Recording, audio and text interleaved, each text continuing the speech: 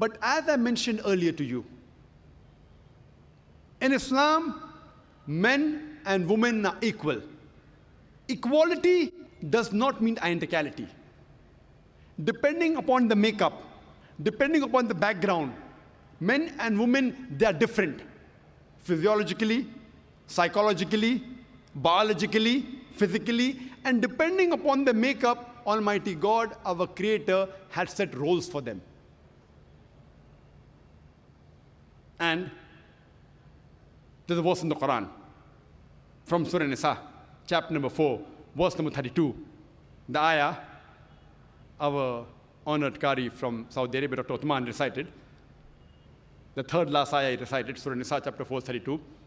It says that do not covet things. Don't say this is right or this is wrong. You may never know. Allah knows what is best for you. What you may think is best for you may not be good for you. What you think is bad for you may be good for you. If you read the Nuzul Quran, why was this verse revealed? This verse was revealed because the wives of the Prophet, they objected to the Prophet and said that why can't we too go for jihad? We want our rights. What about inheritance? Why aren't we equal? This verse was revealed. Because Allah knows the logic, you don't know. And I gave you the logic of inheritance. Imagine the women want to go for jihad, they want to fight. Our beloved Prophet Muhammad said, when Hazrat Aisha, may Allah be pleased with her, asked, that can we go for jihad? It's mentioned in Sahih Bukhari. The Prophet said, the best jihad for the woman, it is the perfect hajj. Allah knows what is good for them. And those people who object to Islam and the Quran, they too know, but they don't want to admit. This Western world, this Western media, which are pointing fingers to Islam, I'm asking this media, the Western world, they too, if they say that Islam subjugates the women, they are bigger subjugators. I ask a simple question. That when you have sports, why do you have men and women taking part separately? In Olympics, for the 100 meters dash, why don't the men and women run together? Why? Why separate for men and separate for women? Why? When you have swimming, freestyle swimming, why men and women are separate? Why? They should have together. You know, when you have lawn tennis and badminton, men's badminton, women's badminton. Why?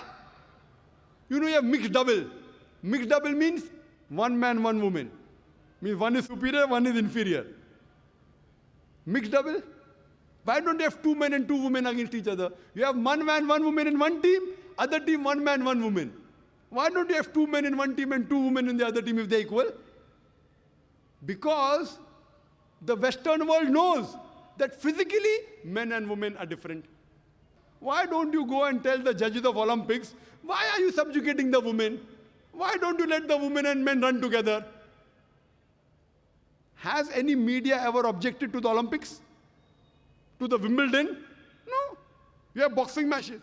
Have men and women together against each other. Why not? See, when you appear for your examination, standard 10, men and women sit together. When you appear for graduation, men and women appear because they know, fine, where studies are concerned, men and women are equal. But where physical thing is concerned, they're different. You know, you have beauty contest. In beauty contest, you have female separate and male separate. Do you have together? Do you have any beauty contest we have seen the men and women taking part together? Have you seen any? Why? Because the beauty of a woman differs than the beauty of a man. So even the Western world knows that, but they don't want to admit it. So many a time, the competition, they are identical. Sometimes they aren't identical. So depending upon what field are they competing in, we decide. Oh, here, men, women are separate. Here, men, women are same. But who is better than our Creator? Who knows the human beings better than our Creator? Allah subhanahu wa ta'ala. And He has mentioned in the Quran, His last and final revelation, where the women and men are identical, where they are different. Overall, men and women are equal, but they are not identical. And I would like to end my talk by giving a simple example to you. Suppose in a class, two students, A and B, both get 80 out of 100 in the examination and both come out first. When you examine the answer sheet, the 10 questions, each carrying 10 marks. When you examine the answer sheet, you come to know that student A got 9 out of 10 in answer number 1. Student B gets 7 out of 10 in answer number 1. So in answer number 1, student A has a degree of advantage over student B. In answer number 2, B gets 9 out of 10 and student A gets 7 out of 10. So in answer number 2, student B has a degree of advantage over A. In all the remaining 8 answers, from question number 3 to question number 10, both student A and B, they get 8 out of 10. Both are equal. If you total, the aggregate is 80 out of 100, both are equal. But in answer number 1, student A has a degree of advantage. Answer number 2, student B has a degree of advantage. All the other answers, both are equal. So similarly in Islam, Allah subhanahu wa ta'ala knows where women are equal, they have equal role. Where they're identical. Wherever they're identical, they have identical role. In some aspects, the men have a degree of advantage. In some aspects, the women have a degree of advantage. For example, where it comes for love and compassion towards parents, as I mentioned the hadith of Bukhari, volume number 8, book of Adab, book of Manners, chapter number 2, hadith number 5971, where a man comes and asks the Prophet, who deserves the maximum love and compassion? The Prophet said, your mother, your mother, your mother, and then the father. So here, the mother gets 3 times more love and compassion from the children as compared to the father. So here, the mother has a degree of advantage. But for example, if a robber enters my house, if a thief enters my house, I will not tell my wife and my daughter, go and fight, I believe in women's rights. Allah says in the Quran in Surah Nisa, chapter number 4, verse number 34, Allah has given more strength to the men as compared to the women. So it is my duty to fight.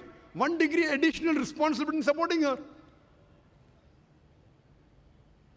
Have ever men objected that why can't I give birth to a child? That's the prerogative of the female. Why don't the men object that why can't I breastfeed the child? That's the prerogative of the female. So depending upon the biological makeup, depending upon the physiological makeup, depending upon psychological makeup, Almighty God has given different roles for the men and women. Sometimes the men have a degree of advantage, sometimes the women have a degree of advantage. Overall, men and women are equal. That's the reason.